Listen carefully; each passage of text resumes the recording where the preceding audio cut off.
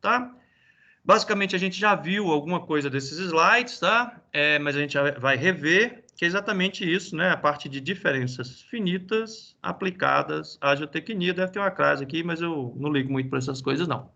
Tá bom? A gente já viu na última aula, eu estava até revendo aqui a aula hoje, a gente já viu exatamente isso, né? Que a primeira coisa que a gente tem que fazer é definir um problema, depois a gente vai ver qual a equação, né, que se aplica a este problema, ou o sistema de equações que se aplica a esse problema, e aí depois a gente vai buscar por um método numérico para isso, tá certo? Especificamente hoje, o nosso problema vai ser assim, tá certo? Um problema de equilíbrio, um problema, digamos, equilibrado, tá certo? E a equação que a gente vai resolver vai ser alguma coisa desse tipo aqui, tá? Nós hoje vamos resolver esta equação aqui, ó, tá? A equação de Laplace, e que, como eu falei, ela tem um caráter didático, é para vocês aprenderem, né, a fazer coisas mais aplicadas, tá? Não dá para a gente começar integrando, a gente começa somando, né? Mesmo sabendo que a integral é uma soma, né? Então, a gente vai começar exatamente por aqui hoje, tá? Uma coisa bem didática. Eu espero que vocês compreendam a filosofia, mas vocês vão ver que isso vai ajudar a gente no futuro, tá bom? Então, vamos dar os próximos passos. Isso aqui a gente discutiu na última aula, né? Eu falei para vocês. E essas duas equações são as duas equações que a gente vai tentar resolver por esse método, só para explicar a historinha, né? Do que é a discretização espacial e do que é a discretização temporal, tá bom? Primeira coisa que eu queria chamar a atenção de vocês é o que é aproximado, tá? Então, aqui eu já vou voltar para os nossos rabiscos, né? Para o nosso quadro branco, tá? Eu sempre explico, quando eu dava aula de computação, né, para o pessoal lá da... Eu fui professor de computação durante muito tempo na faculdade particular, eu não vou falar o nome aqui, eu sempre explicava para eles que o computador, ele é, por natureza, né, tudo que você fizer no computador é naturalmente discreto, tá? Então, o que é que essa palavra quer dizer, né? Discreto. Tá bom? Essa palavra, para a gente, né, em português ela tem outro significado, né? Por exemplo, né, tal pessoa é discreta, né? Significa que ela não é que nem o Manuel, que fala muito, que, né, fala alto, né? A pessoa mais recatada, digamos assim, né? Mas aqui para a gente não é isso não, tá? Para a gente é mais ou menos o seguinte, imagina que você tem, por exemplo, uma função, tá bom? Cuidado para não confundir discreto, tá certo? Esse discreto que eu vou falar para vocês agora, com aquele discreto que eu falei da outra vez, que é de partículas, tá? De desmoronamento. Mas depois a gente chama atenção para isso. Então, imagina que a gente tem aqui o eixo x e o eixo y. Aí eu vou colocar aqui uma função. Bom, finge que essa função é contínua. E o que a gente vai chamar de discreto, né? O que a gente vai chamar de discreto é que a gente vai transformar essa função em um conjunto de segmentos, tá certo? De reta. É óbvio que essa discretização que eu fiz aqui em preto não está legal, mas eu não sou obrigado a fazer essa discretização. Eu posso fazer uma melhorzinha, eu posso fazer uma que vem daqui para cá, aí depois vem para cá. Deixa eu pegar realmente retas, né? Deixa eu colocar realmente segmentos de reta. Então eu posso fazer uma daqui para cá, uma daqui para cá, uma daqui para cá, tá bom? E aí, vocês podem até serem rigorosos, mas vocês não vão reclamar muito dessa verde, né? Fazendo o papel da azul, tá bom? Então, discretizar é, digamos, representar o que é contínuo por segmentos de reta, né? Então, a gente pode até escrever, né? Que uma maneira, digamos, simples, né? Uma forma simples de falar, né? Uma forma simples, né? Discreto é representar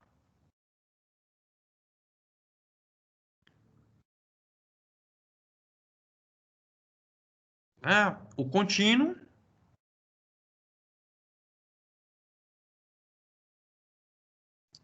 por segmentos, tá bom?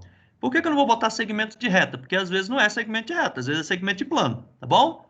Ou segmento de cubos, né? Ou cubos, que eu não sei como é que a gente falaria segmentos de cubo, não sei. Segmentos, tá bom? Segmentos de espaço, eu acho.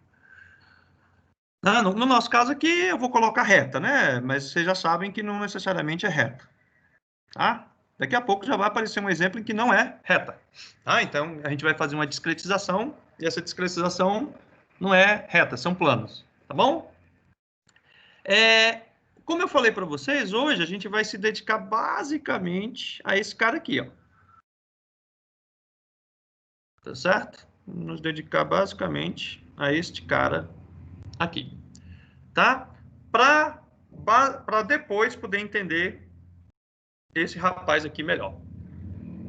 Aí vamos começar olhando o conceito de derivada que a gente aprendeu, né, no cálculo sei lá quanto, tá bom? Eu vou até fazer melhor, vou trazer lá vou dar uma...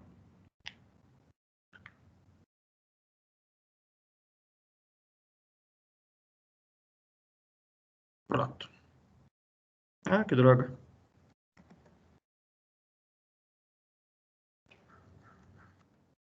Maravilha.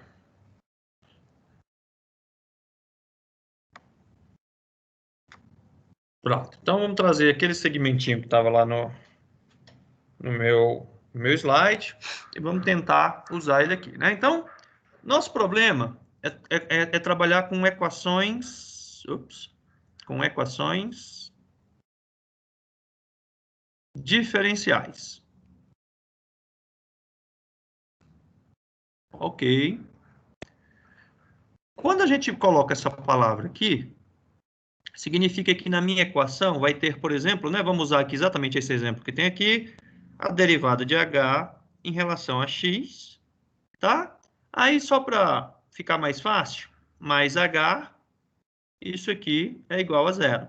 Esse problema aqui, vocês não iam precisar de grande esforço para resolver ele. Provavelmente vocês conseguiriam resolver. Por falar nisso, né? Daqui a uns 10 minutos eu pergunto qual é a resposta disso aqui. Certo? Para vocês, ver se vocês lembram como é que faz. Tá bom?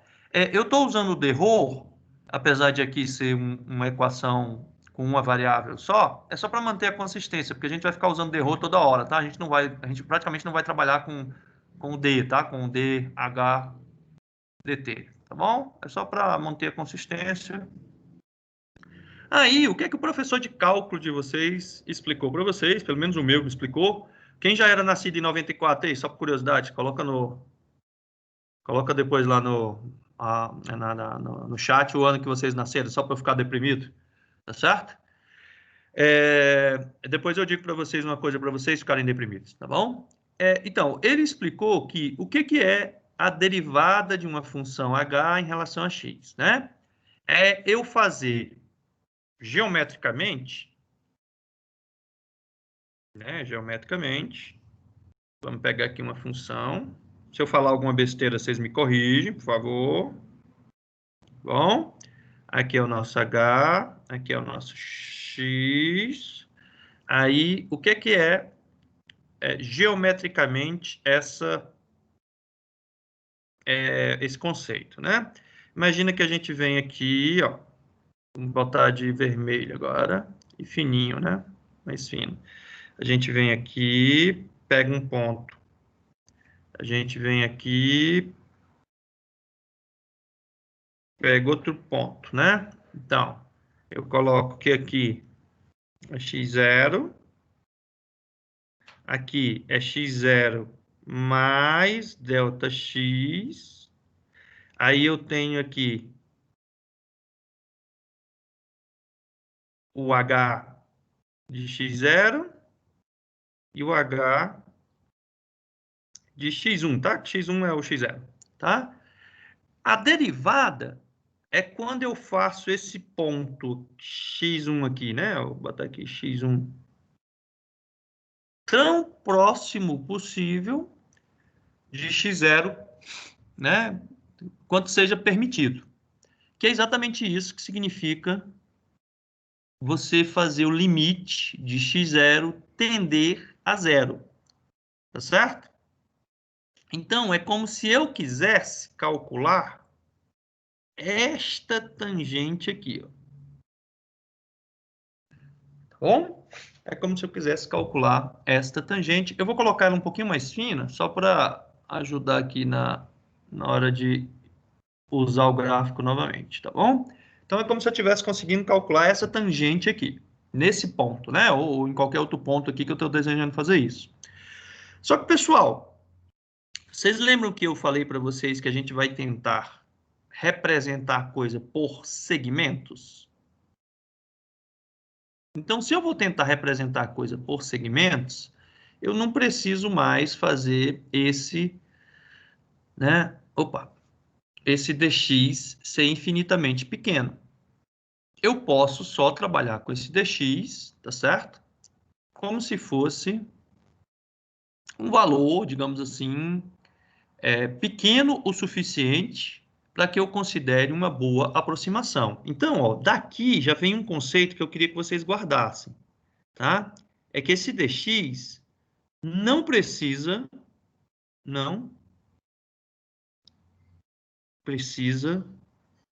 né, ser igual a zero.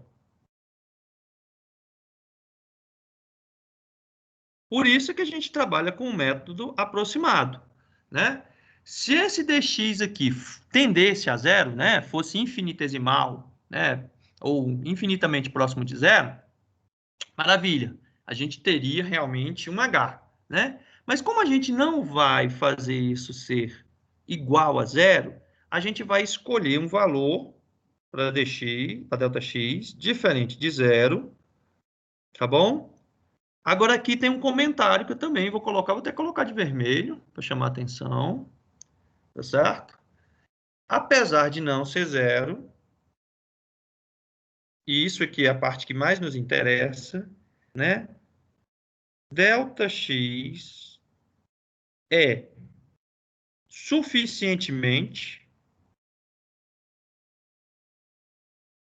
eita palavra grande, pequeno, tá bom? Aí, o que é suficientemente pequeno? Aí depende de você, tá? Depende de você. Pode ser que, se você estiver fazendo uma barragem, esse ΔX possa, uma barragem de 200 metros, esse ΔX pode ser 1 metro, tá bom? Se você estiver fazendo um corpo de prova que tem 10 centímetros, esse ΔX pode ser 1 centímetro, pode ser 1 milímetro, tá bom?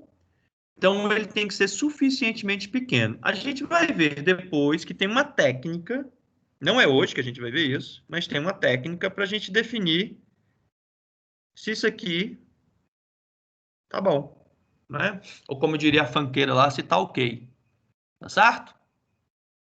Vamos voltar aqui para o nosso slide. Então, olha só que interessante a filosofia que tem por trás dos métodos numéricos, né? Quando você pega, tá, essa coisa aqui, né? Uma das maneiras de você, digamos assim, achar uma aproximação para isso é usar a série de Taylor. Eu não sei se vocês estudaram série de Taylor, tá? Eu, particularmente, quando fiz cálculo, por algum motivo que eu não conheço, que eu não sei porquê, o meu professor não apresentou série de Taylor para mim. Aí por quê? Tenho a menor ideia, tá bom? Tenho a menor ideia mesmo.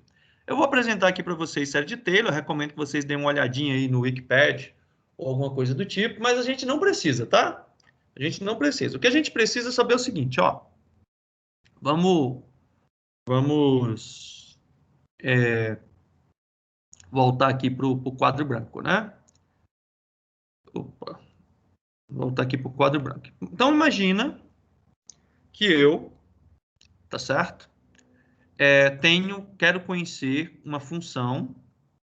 Deixa eu desenhar aqui mais uma vez o gráfico, tá certo? Mais uma vez o nosso gráfico de uma função.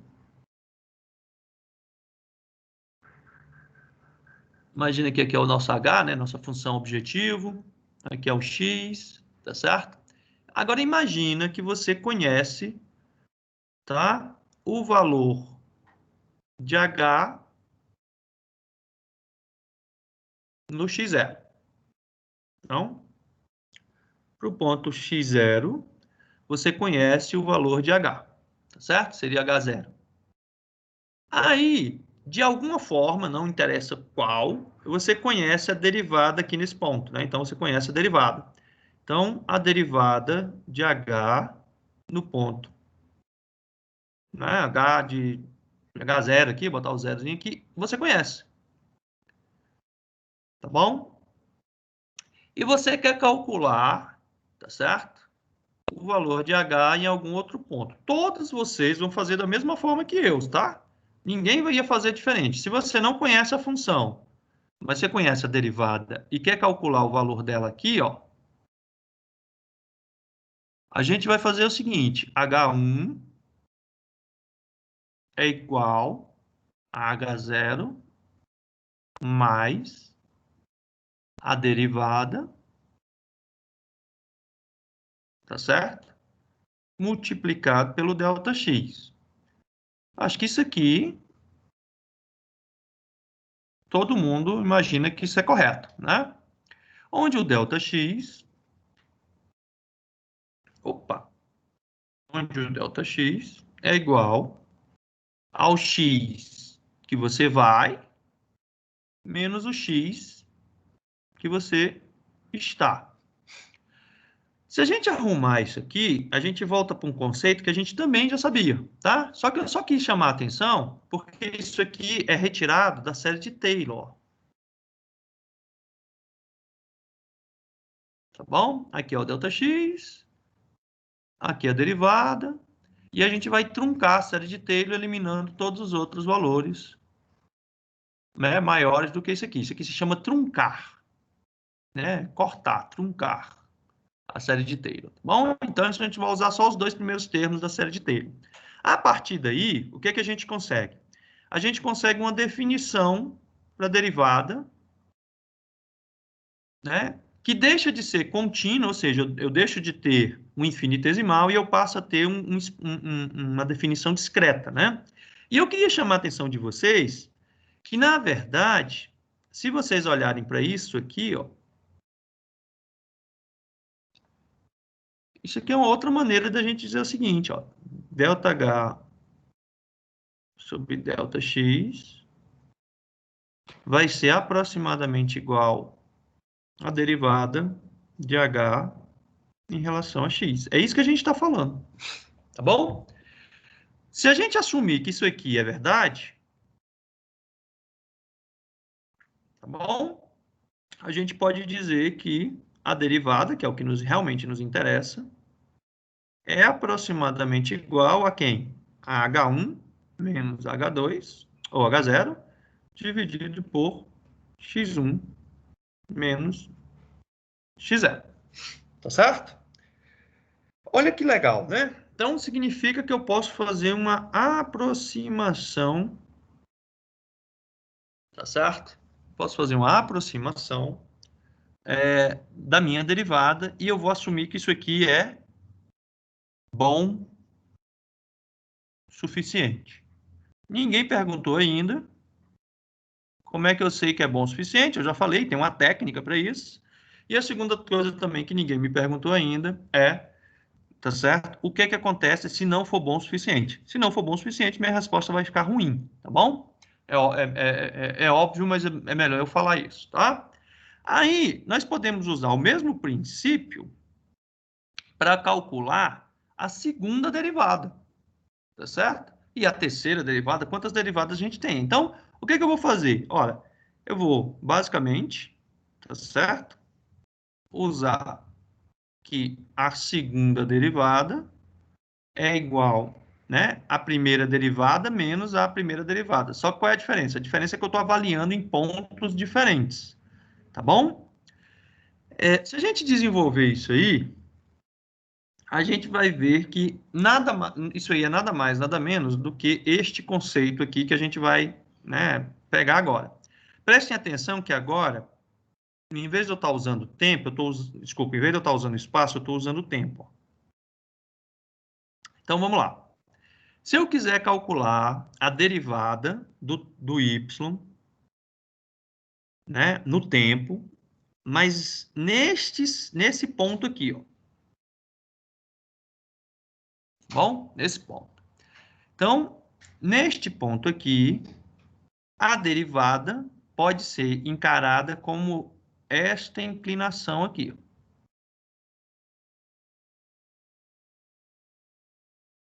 Tá bom? Então, vai ser este ΔY sobre este...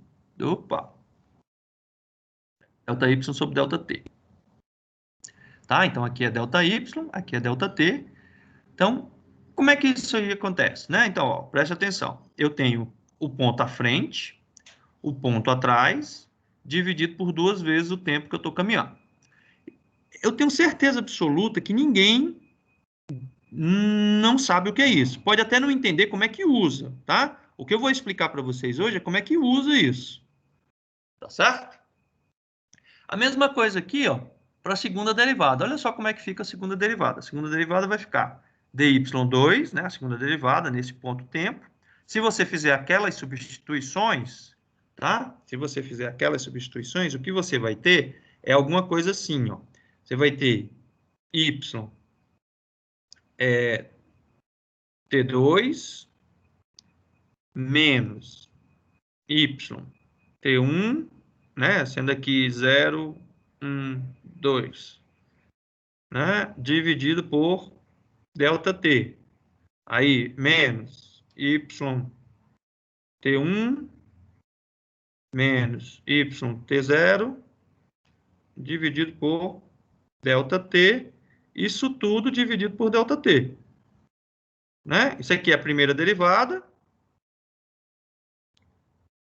Isso aqui também é a primeira derivada, só que em pontos diferentes, né? Aqui eu estou indo de 2 para 1, então eu estou calculando essa inclinação.